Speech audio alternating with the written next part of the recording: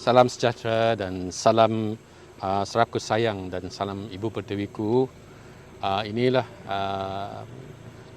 untuk maklumat semua di mana pihak SDMC ataupun State Disaster Management Committee telah mengisytiharkan bahawa Kampung Emperoh Jambu sebagai kawasan di bawah PKPD, Perintah Kawalan Pergerakan diperketatkan, yang telah dikuatkuasakan bermula hari ini pukul 12 tengah hari, iaitu hari 23 hari bulan Februari ini, sampai 8 hari bulan Mac 2021. Ekoran terdapat ada kes 42 pengasahan kes positif COVID-19 bagi kluster Kampung Emperoh Jambu ini. Setakat petang semalam, seperti yang dimaklumkan oleh SDMC.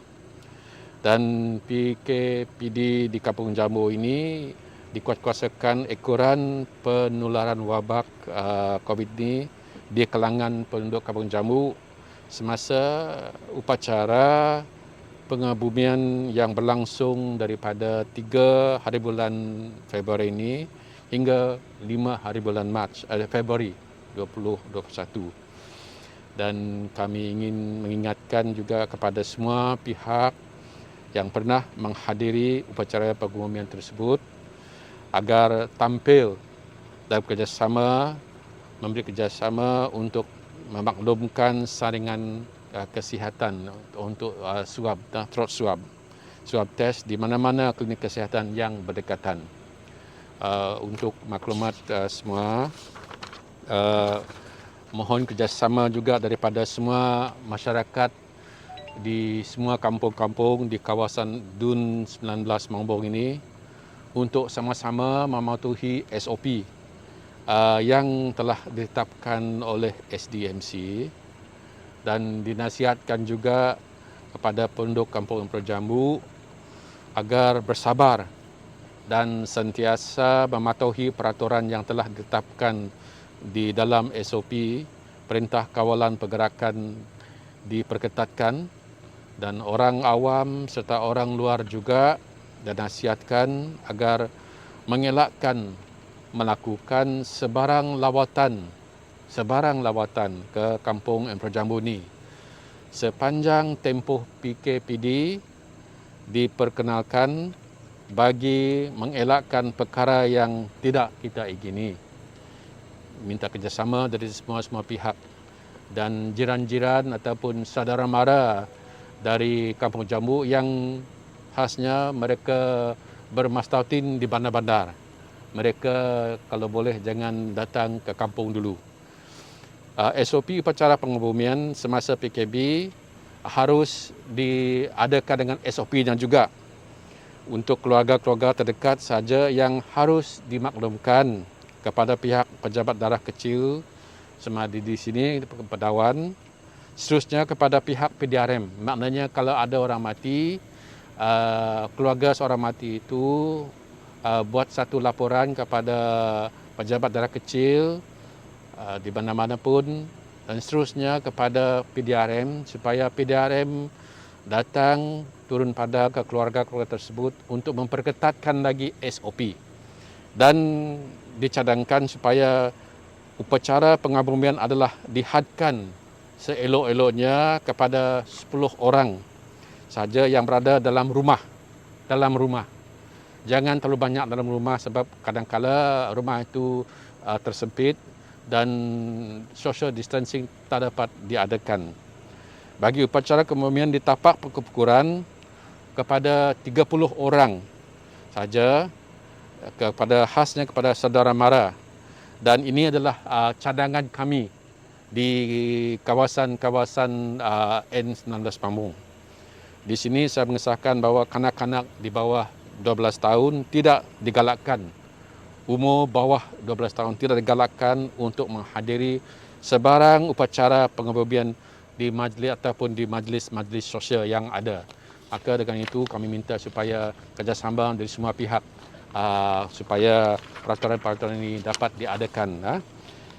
Kementerian Kesihatan, KNK, Ketua Masyarakat dan pihak-pihak individu diwajibkan untuk menyediakan buku kehadiran ataupun kod QR aplikasi MySejahtera untuk mana-mana upacara pengebumian dan aktiviti sosial yang dilakukan di kampung masing-masing.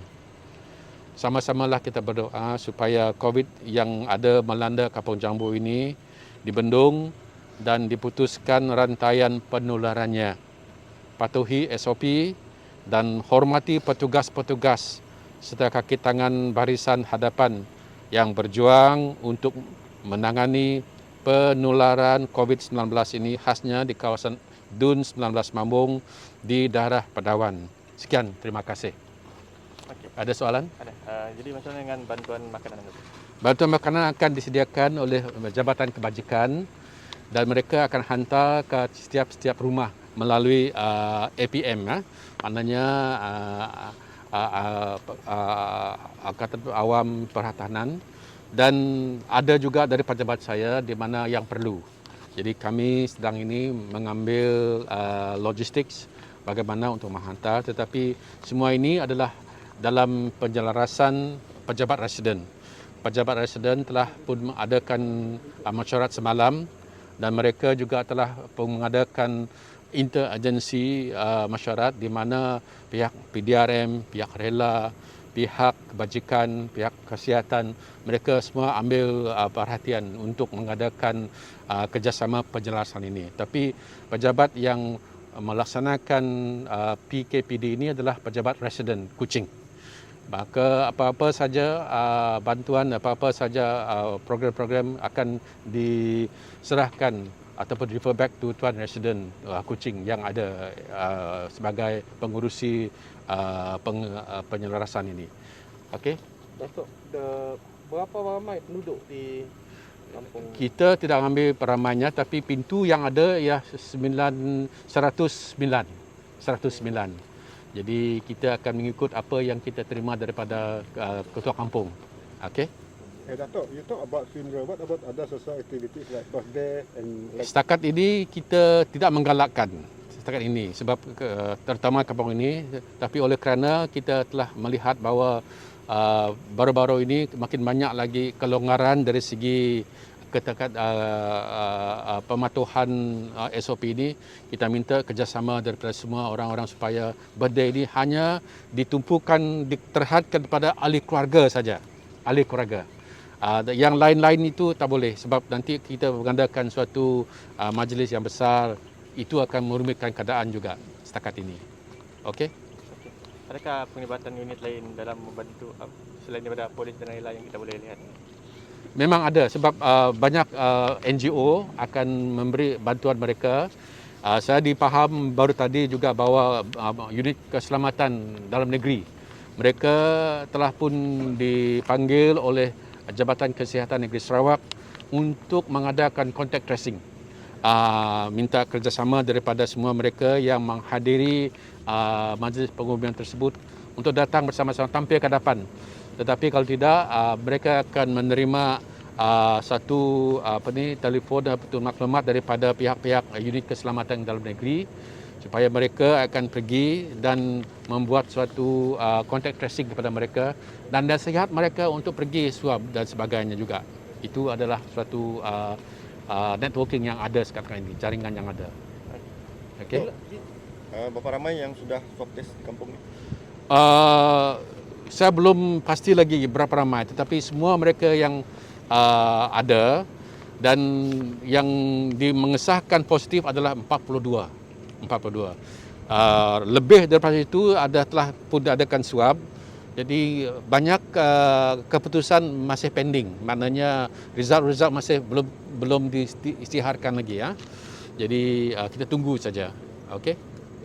Dipahami juga bahawa bukan saja di Kampung Jambu ini yang positif, ada mereka dari Kampung Petag yang datang sini pun positif, satu keluarga positif, dan dipaham juga bahawa di Kampung Sembuh pun ada positif. Mereka datang ke sini. Maknanya bukan saja di sini tapi di Kampung Rebak Sembuh dan Kampung Petag. Saudara mereka datang majlis kebumian itu. Jadi kita harap bahawa kluster mereka yang kontak ada di Kampung Simuk dan Kampung Petang, mereka tidak akan merebak dan menjadi satu kluster baru juga. Okey. Ada soalan lain? Ada deh saya. Berapa orang petang berapa orang positif? Satu keluarga dulu. Keluarga. Satu keluarga. Kampung Seorang bapa dan seorang isteri dia dan anak dua-dua. Kampung Simuk? Kampung Subah juga ada, sekeluarga. Alright. Terima kasih semua. Terima kasih ya. Salam sejahtera dan salam serapat sayang. Kita di depan gereja Saint Mary Magdalene gereja di Kampung Jambu ini, dan ini adalah tapak di mana besok kita akan bermula dengan saringan suap. Jadi kita mengucapkan syukur dan terima kasih kepada gereja ahli gereja Saint Mary Magdalene kerana mereka sudi untuk menyerah tapak ini yang sesuai untuk mengadakan saringan swab test untuk besok. Minta kerjasama daripada semua ahli kampung penduduk Kampung Jambu supaya mereka bekerjasama datang mengikut SOP, dan pihak-pihak rela, pihak-pihak polis akan datang untuk mengendalikan swab besok, supaya minta supaya kerjasama dan tidak menyesatkan kawasan-kawasan ini. Tapi apa yang penting, yang unik ialah kita menggunakan gereja, dan gereja adalah suatu tempat ibadah, dan saya percaya bahawa penduduk-penduduk Kampung Jambu adalah mereka semua berdoa sekarang, dan minta supaya kita bersama-sama berdoa. Dan sekarang ini mereka keluarga-keluarga memang risau dan risah gelisah berkenaan dengan semuanya ini, dan kami minta supaya semua penduduk Kampung Jambu berdoa bersama-sama. Sama juga dengan saudara mara, minta berdoa juga semua daripada penduduk-penduduk yang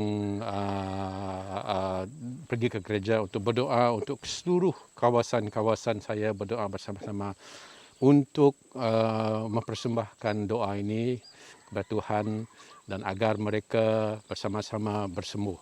Dan saya ingin mengakhiri sedikit pesan ini dengan doa. Dan doa ini kita bersama-sama mengucapkan amin selepas itu. Mari kita berdoa bersama-sama. Bapa kami di syurga, kami mengucapkan syukur dan terima kasih kerana Tuhan telah memberi kami kuasa di seluruh kawasan. Dan dengan itu kami berdoa agar keadaan COVID di Kampung Jambu disembuhkan dengan segera juga. Kami berdoa agar segala urusan-urusan untuk mengadakan saringan swab untuk besok dipermudahkan.